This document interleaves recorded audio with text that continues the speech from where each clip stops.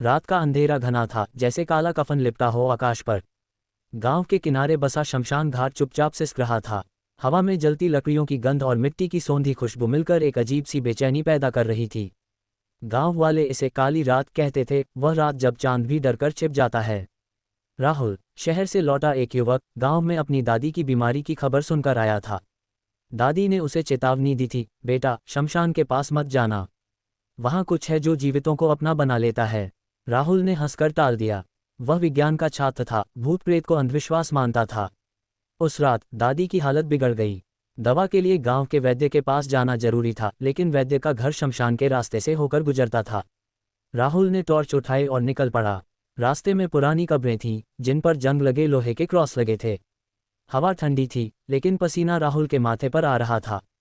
अचानक एक कब्र के पास उसे कुछ चमकता दिखा। पास जाकर देखा तो एक पुराना लॉकेट था, जिस पर प्रिया नाम उकेरा था।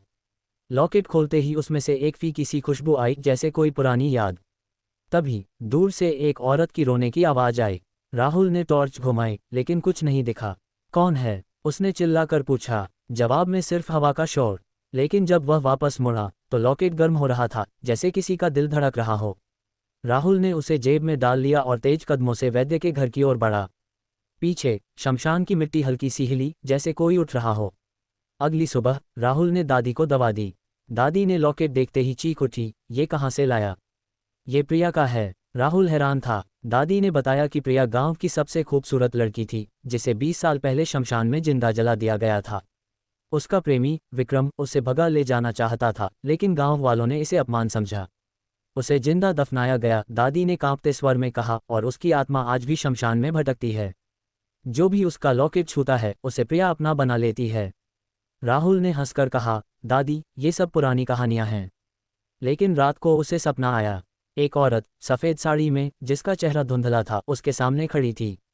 उसने लॉकेट की ओर इशारा किया और फुसफुसाई, मुझे वापस दो, मुझे आज़ादी दो। सुबह राहुल ने लॉकेट फेंकने का फैसला किया। वह शमशान गया और लॉकेट कब्र पर रख दिया।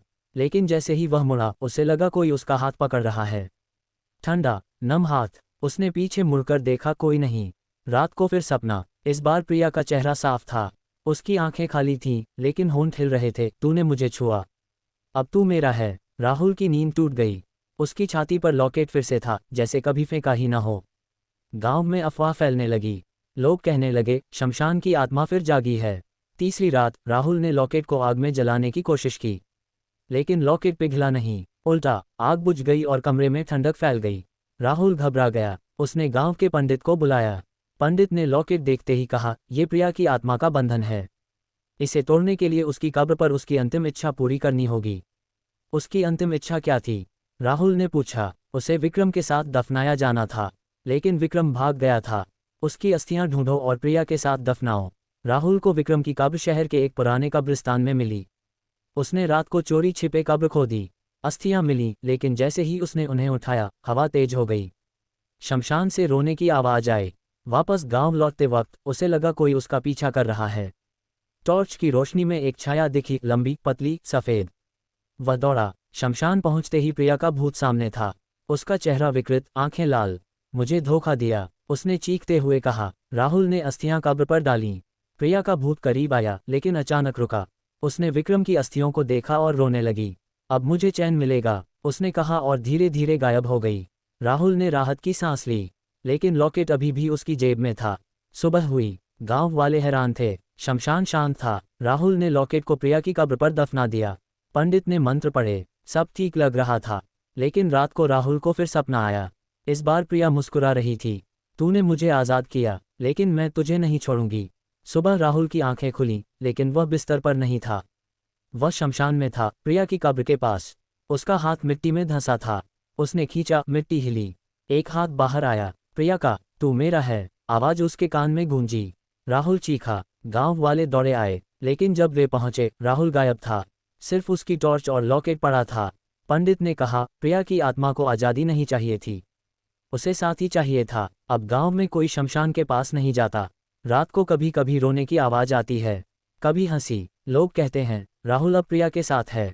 दोनों की छायाएं शमशान में घूमती हैं। लॉकेट अब भी कहीं है, इंतजार में अगले शिकार का।